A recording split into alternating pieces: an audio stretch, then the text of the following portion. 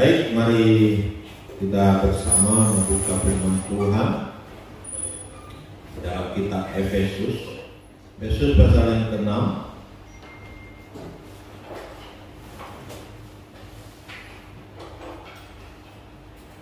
Ya, yang ke-10 hingga ayat 20. Mari kita baca bergantian ayat firman Tuhan ini.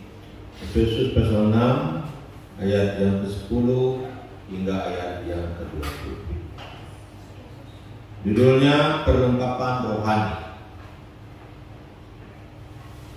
Akhirnya hendaklah kamu kuat di dalam Tuhan, di dalam kekuatan kuasa-Nya.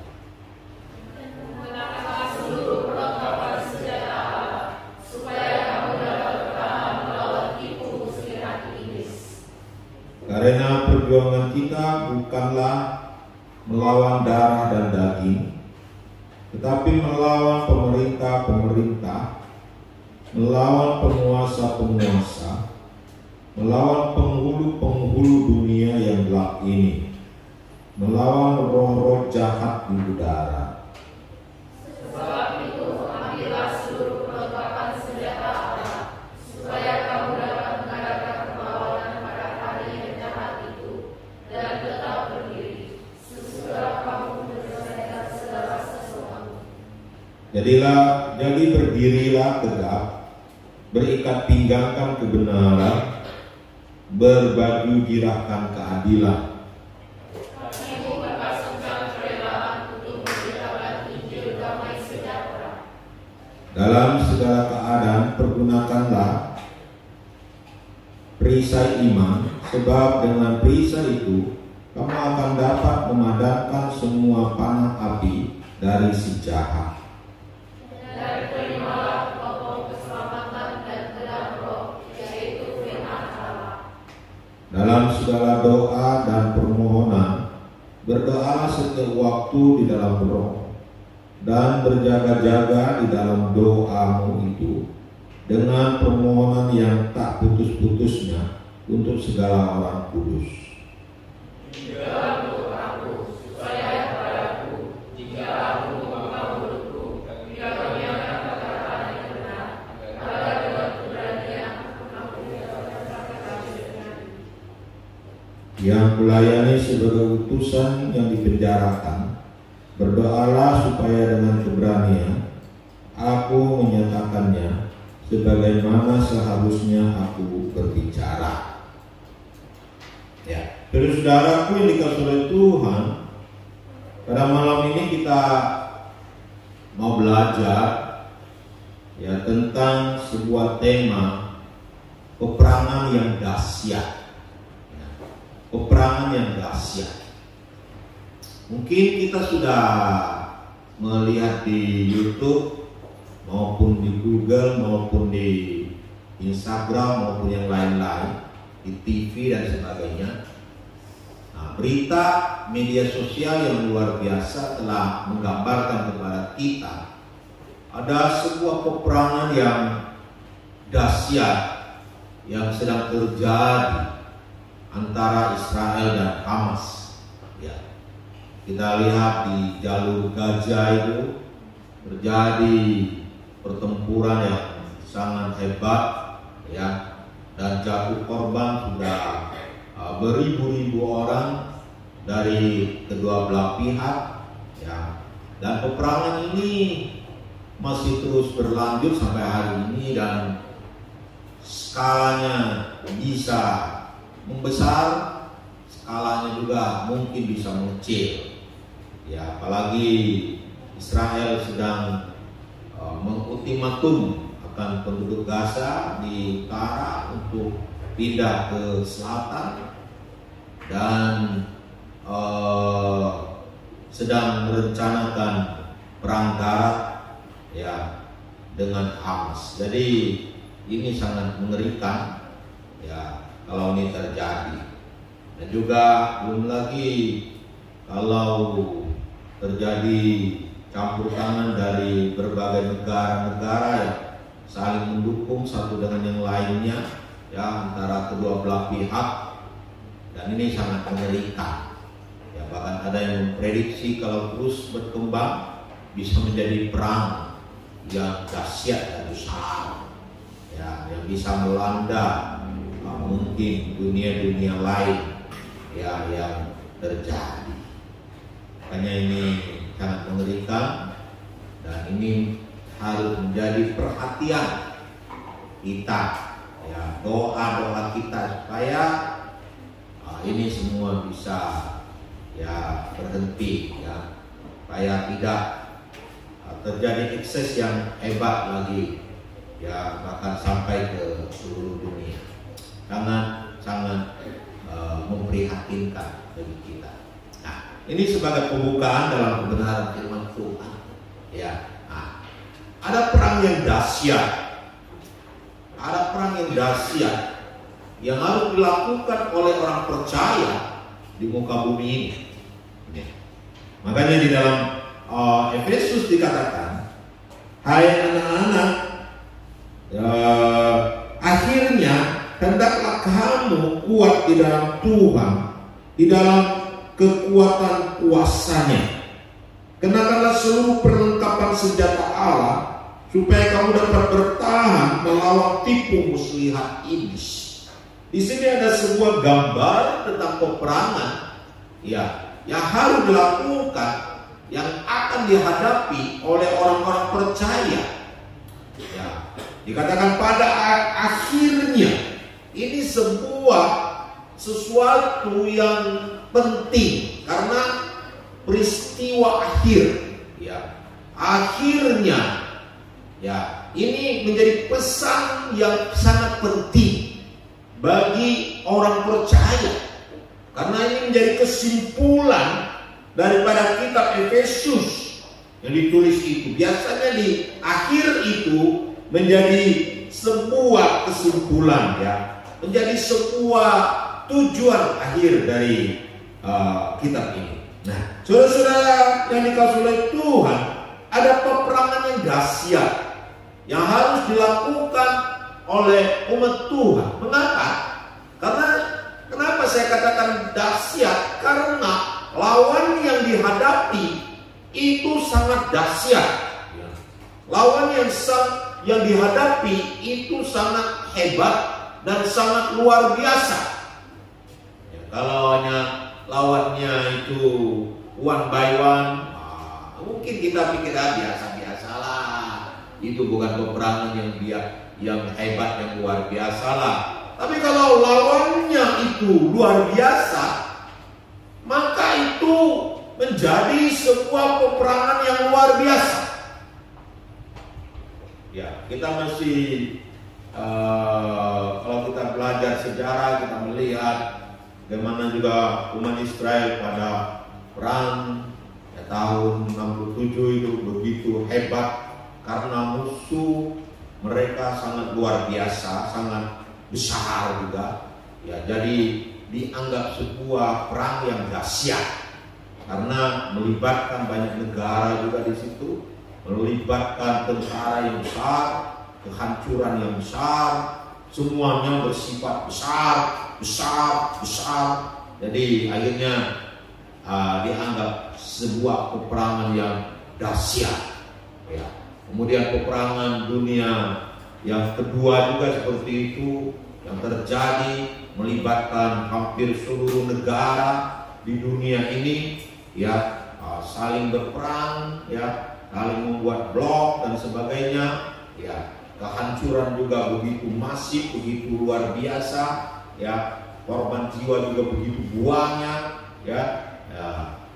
Jadi akhirnya dianggap sebagai perang dunia, ya, perang dunia kedua itu, dan dahsyat karena musuh kedua belah pihak itu dahsyat, besar istilahnya, ya. Saudara-saudaraku dikasihi oleh Tuhan, mari kita melihat kenapa saya katakan musuh itu dahsyat.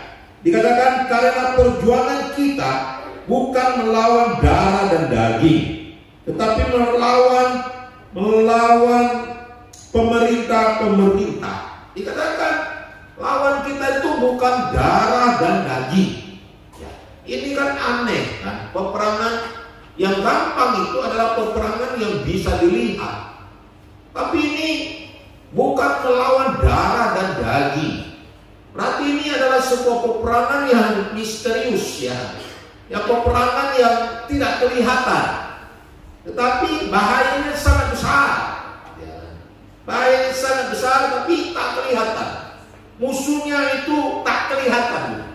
Ya, musuhnya itu hebat punya yang tak kelihatan.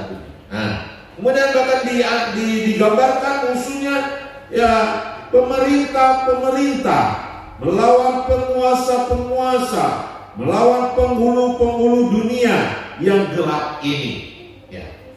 Saudara-saudara, memang kita ini bukan melawan pemerintah, tetapi dikatakan ada penghulu-penghulu, melawan penghulu-penghulu, penguasa-penguasa, ya, melawan penguasa-penguasa, melawan penghulu-penghulu dunia ini yang gelap. Apa arti gelap? Gelap di sini bisa berarti mereka dikuasai oleh kuasa dosa yang begitu hebat. Mereka mengalami kuasa iblis dan setan yang begitu hebat. Ya, penguasa-penguasa kegelapan. Ya, memang kita tidak melawan pemerintah. Pemerintah bukan lawan kita, tapi kita melawan penguasa-penguasa di balik dosa dan di balik kuasa-kuasa kegelapan yang ada. Itulah lawan. Kuasa-kuasa kegelapan yang ada, itulah menjadi lawan. Dan dijelaskan lagi,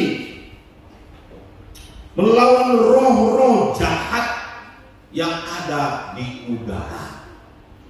Jadi roh-roh jahat yang ada di udara, mana kita bisa lihat ya kan? Kita tahu iblis setan itu dalam sejarah, mereka itu adalah malaikat yang jatuh. Termasuk setan-setan itu malaikat yang jatuh. Dan jumlahnya itu ya tidak bisa diprediksi berapa buah. Kita tidak berkata berapa buah, berapa ribu, berapa juta, berapa miliar. Tapi mereka adalah penguasa-penguasa udara, kegelapan, ya, yang umurnya kita nggak tahu sudah umur mereka sudah berapa lama. Ya. Sedangkan kita manusia hanya bisa hidup di dunia paling umur 70 sekarang ini kan. Tidak ada yang umur panjang sampai ribu-ribuan tahun dah. Ya. Tapi iblis, setan, kuasa kegelapan, ketika mereka diciptakan sebagai malaikat Tuhan dan jatuh, dan sampai hari ini mereka ada di dunia ini. Dan umur mereka ya tidak tahu, Tuhan yang tahu sudah berapa ribu tahun umur mereka. Dan mereka adalah makhluk rohani. Mereka adalah makhluk rohani yang punya kuasa, tapi mereka bukan maha kuasa. Mereka makhluk rohani yang punya kekuatan yang luar biasa, tapi bukan maha luar biasa.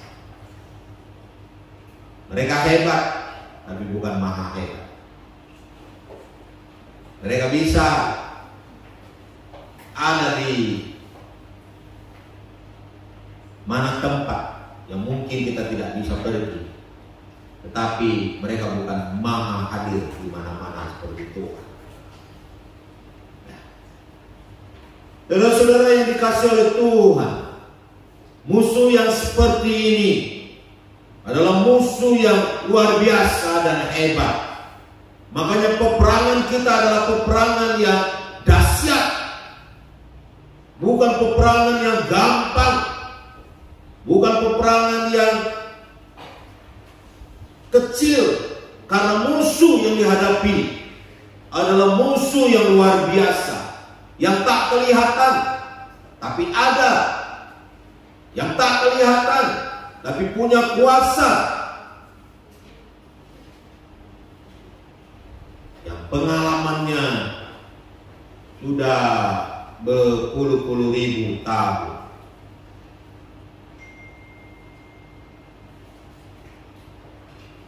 Cara manusiawi gak mungkin kita menang dalam peperangan yang dahsyat ini. Tetapi Tuhan memberi kemenangan kepada kita. Tapi bagaimana caranya kita bisa memperoleh kemenangan melawan musuh kita yang dahsyat ini, musuh kita yang hebat ini?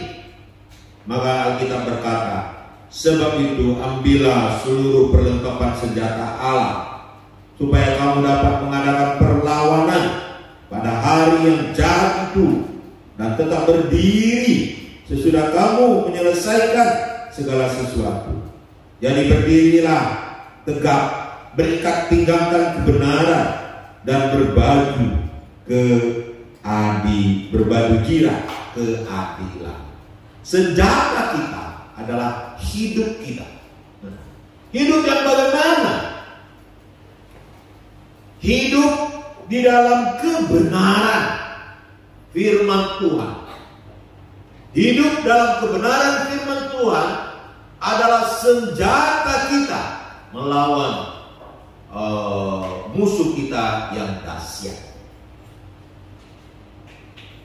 Jadi kita gak usah pusing dengan berbagai filosofi, berbagai ajaran-ajaran dunia. Yang penting hidup kita dalam kebenaran firman Tuhan. Yang kedua, kita hidup dalam keadilan. Dikatakan hidup dalam keadilan. Kita harus mempunyai sikap yang adil di dalam kehidupan ini. Ada dulu saya pernah sampaikan firman Tuhan. Kita harus adil kepada sesama. Kita harus adil kepada diri kita sendiri. Kita juga harus adil dengan Tuhan. Tentunya. Nah, kemudian hidup kita selanjutnya digambarkan adalah, dikatakan ayatnya yang ke-15, kakimu berkasut kerelaan untuk memberitakan Injil damai sejahtera. Jadi cara hidup kita selanjutnya adalah kita memiliki kasih. Kasih itu adalah sebuah senjata untuk melawan musuh kita yang dahsyat. Makanya disebutkan berkasutkan kerelaan memberitakan Injil. Ini sebenarnya berbicara tentang bagaimana kita mengasihi sesama kita, sehingga kita memberitakan Injil kepada mereka, sehingga mereka boleh diselamatkan oleh Tuhan. Kita tahu sekarang peperangan di Gaza itu banyak ya korban. Kadang ketika kita menonton TV, hati kita juga terngenyuh ya, lihat korban-korban yang ada ya, dari kedua belah pihak lah tentunya ya, baik dari Israel maupun dari Palestina itu. Kadang-kadang kita lihat korban-korban yang tak tahu menahu ya, anak-anak kecil. Aduh, tadi saya lihat itu saya terngenyuh sekali. Anak-anak ketika lihat itu gedung-gedung sudah runtuh ya, tinggal runtuhan-runtuhan gedung, anak-anak ada yang keluar dan seperti main-main aja gitu, seperti mainan saja. Mereka tunjuk-tunjuk sambil berlari-lari, seperti main-main aja. Padahal kita tahu nyawa mereka kapan saja bisa melayang di daerah konflik seperti itu. Ya, Sangat ternyuh kita melihat. Ya. Sehingga ya banyak pihak yang ingin memberikan bantuan ke manusia. Ya, Israel pun sampai suruh mereka keluar. Ya, jangan sampai terjadi korban dan sebagainya.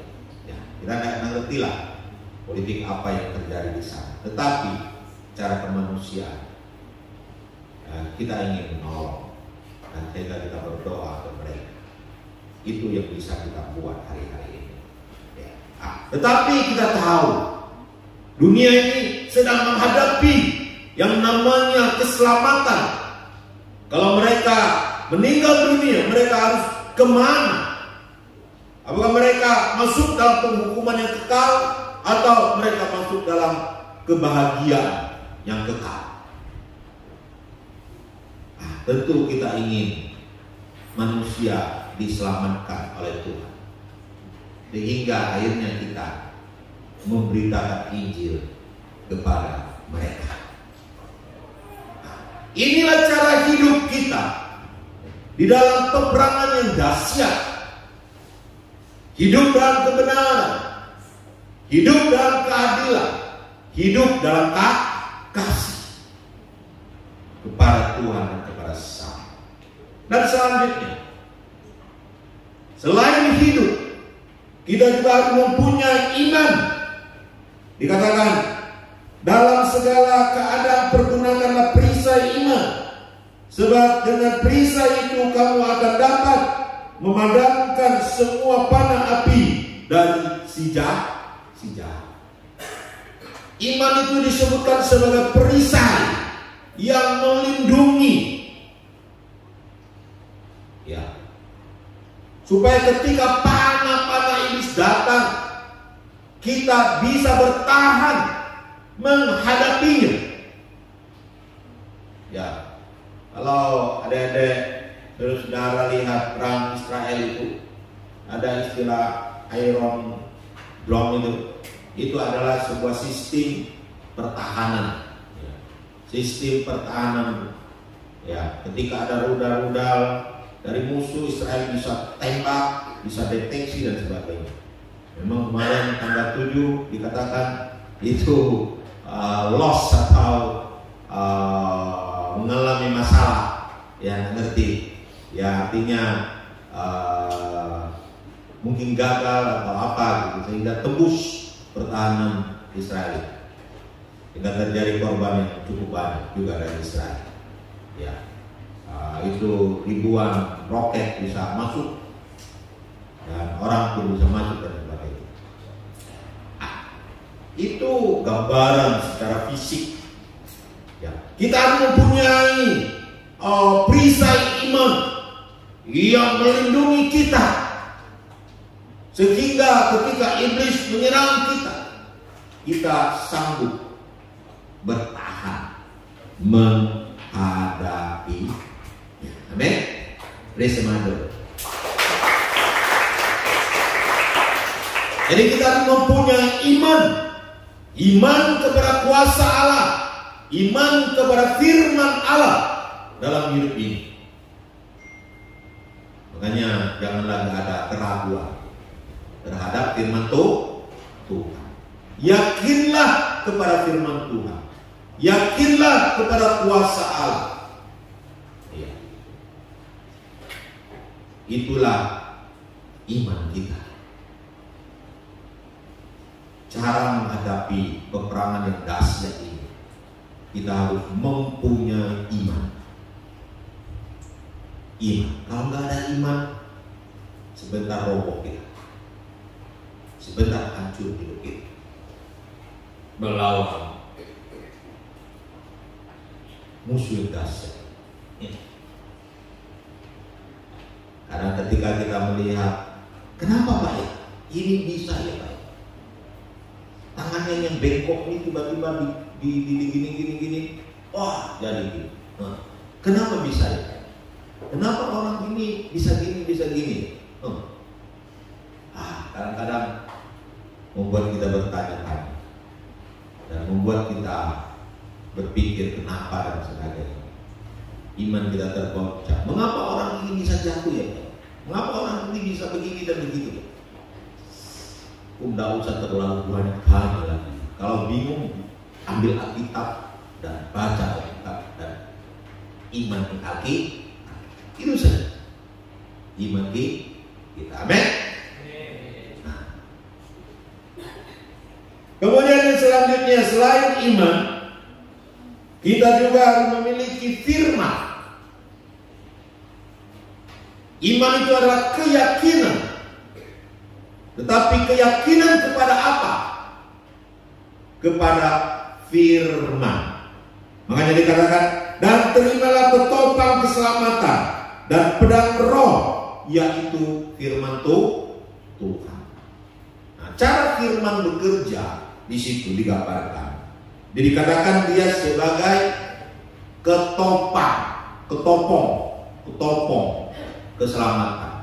Atau bahasa sederhana kita di sini seperti itulah apa itu? Kita pakai helm. Ya.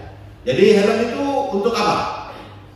Melindungi kepala. Nah, firman bekerja itu dari kepala kita. Firman itu bekerja dari kepala kita. Makanya firman itu harus didengar dan masuk di kepala kita. Firman itu untuk melindungi mens kita, melindungi pikiran kita. Biasanya iblis serang kita melalui pikiran kita. Firman Tuhan diragukan, lalu dimasukkan ajaran-ajaran dalam otak kita. Otak kita dicuci oleh iblis dan setan dan dunia ini. Ya. Makanya firman Tuhan harus tertanam di dalam otak kita, di dalam pikiran kita. Sekarang saya tanya, berapa banyak firman yang ada di otak kita hari-hari ini? Setiap hari kita baca atau kita nonton TikTok, iya kan? Di hari kita nonton atau video-video. Ketika kita nonton itu drama-drama, lalu kita lihat itu mungkin yang lucu-lucu. Atau kita nonton itu bagaimana Shopee, sekarang ya beli apa semua gitu ya, yang macam-macam gitu kan. Sekarang kan zaman internet kan, zaman HP. Saya itu berdiri di depan tadi, saya pandang semua yang datang. Akhirnya saya masuk duduk sendiri. Saya lihat semua pegang HP ya, sampai ke gereja ya pegang HP. Ya. Kalau zaman dulu kami ke gereja itu bawa Alkitab. Ya. Setiap datang ke gereja Alkitab berting-ting. Ya, tapi sekarang orang ke gereja tidak lagi bawa Alkitab, tapi bawa HP. Kemana-mana HP. Betul tak? Betul tak Sampai masuk WC HP, iya kan? Mau makan pun HP di depannya kan? Mau tidur pun di sampingnya HP, ya kan? Bahkan sambil naik sepeda motor pun HP, ya kan? Tadi saya lihat ada satu hampir dia itu laju gitu. Saya cepat minggir. Rupanya pegang HP. Sambil pegang HP sambil naik sepeda motor. Sampai kayak gitu. Sepertinya nggak ada waktu lagi, ya kan? Ya, semua HP, ya kan? Nah, di mana? Jadi itu HP, ya. Nah, sekarang di HP itu ada apa? Nah, itu jadi pertanyaan. Apa yang kalian lihat itu akan tertanam di otak, betul tak? Apa yang kalian dengar akan tertanam di otak. Ya, beberapa hari ini saya sendiri lihat itu Gaza itu dan sangat tertanam di otak saya. Jadi tentang perang itu, karena itu sangat penting sekarang, karena sedang sangat penting bagi dunia kan, masalah itu kan, makanya saya nonton Preskat, dan itu sangat berpengaruh, tertanam di otak kita, di otak saya sekarang sangat tertanam, karena banyak melihat itu. Sekarang kalau hidup kita hanya tertanam dengan masalah itu, atau apa yang kalian lihat di internet, lihat di YouTube, lihat di Instagram, lihat di mana lagi, ya nanti otaknya itu semua di situ. Nah, sekarang apakah ada firman Tuhan yang di otak kita? Sekarang menjadi pertanyaan, adakah firman Tuhan di dalam otak kita?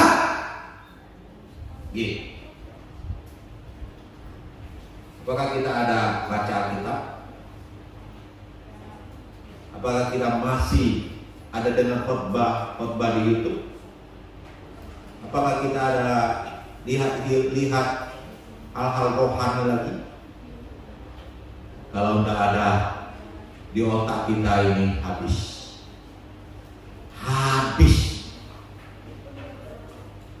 Ya.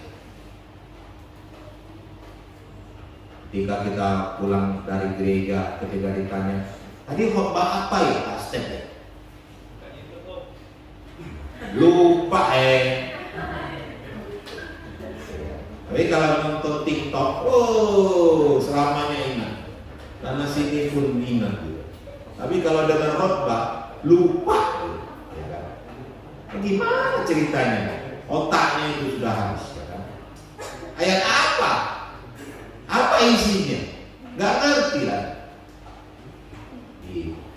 Otak kita ini rusak. Firman Tuhan tidak ada di dalam otak kita. Tak kita ini hanya dipenuhi dengan hal duniawi saja. Makanya ketika perang besar terjadi, dahsyat, kita dihantam sama iblis. Tidak perlu lagi iblis datang seperti kuntilanak. Tidak perlu lagi iblis datang dengan gerakulan. Tidak perlu lagi iblis datang dengan berbagai bentuk fisik yang luar biasa atau berbagai hal yang hebat. Iblis datang dengan tiup saja, tidak tumbang kita. Baru ditiup saja, sudah tumbang. Ya, sangat menyedihkan. Yang terakhir, senjata kita selain firman Tuhan adalah doa. Dikatakan dalam segala doa, dan terimalah ketopang dalam segala doa dan permohonan, berdoalah setiap waktu di dalam roh, dan berjaga-jagalah di dalam doamu itu dengan permohonan yang tak putus-putusnya untuk segala orang kudus. Doa menjadi senjata kita melawan kuasa yang hebat itu, yang luar biasa. Nah, sekarang bagaimana dengan doa? Berapa banyak kita berdoa? Apakah kita berdoa ketika kita hanya makan saja? Ya, makan, kalau makanannya ada ubi, kita berdoa, Tuhan buat dia enak. Kalau dia itu dan ubi, tempe, tahu, ya kita berdoa, Tuhan buat dia enak, nyaman, terima kasih Tuhan. Tapi kalau dia sudah ayam panggang, kalau dia sudah ayam goreng, tidak perlu lagi doa, karena terlalu enaknya makan. Kita sudah lupa berdoa. Apakah kita suka berdoa? Apakah kita rajin berdoa? Ya. Ketika kita pergi sekolah, kita berdoa. Ketika kita buka usaha, kita berdoa. Ketika kita bekerja, kita berdoa. Ketika kita mengalami masalah, kita berdoa. Ketika kita memilih pacar, ada berdoa. Yang penting aku senang mama. Apakah kita berdoa? Ketika pacaran, apa ada berdoa? Oh, lupa Pak.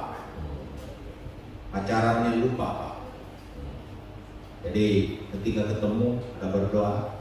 Dan Tuhan berkata di sini, jangan putus-putusnya berdoa. Berdoalah selalu. Doa itu seperti nafas kita. Ada kita putus bernafas? Tidak. 10 menit, 15 menit saja kita sudah pusing 7 keliling kan? Ketika kita tidak bernafas. Ya. Tapi apakah kita tidak bernafas? Kita enjoy aja. Apakah kita tidak berdoa, kita enjoy aja? Ya, berdoalah senantiasa. Ya. Kiranya kebenaran firman Tuhan ini menjadi berkat bagi kita. Mari kita bangkit berdiri. Bapa Surgawi, kami bersyukur karena kami menghadapi peperangan dahsyat. Tapi kami diberi kemenangan dengan cara hidup dalam kebenaran, keadilan, dan kasih. Kami juga akan memperoleh kemenangan ketika kami beriman akan kuasa dan firman. Kami akan mengalami kemenangan ketika hidup kami dipenuhi dengan firman Tuhan. Dan kami juga akan mengalami kemenangan ketika kami berdoa di dalam Engkau. Terima kasih Tuhan. Kami bersyukur dan berdoa dalam satu nama Tuhan kami Yesus Kristus.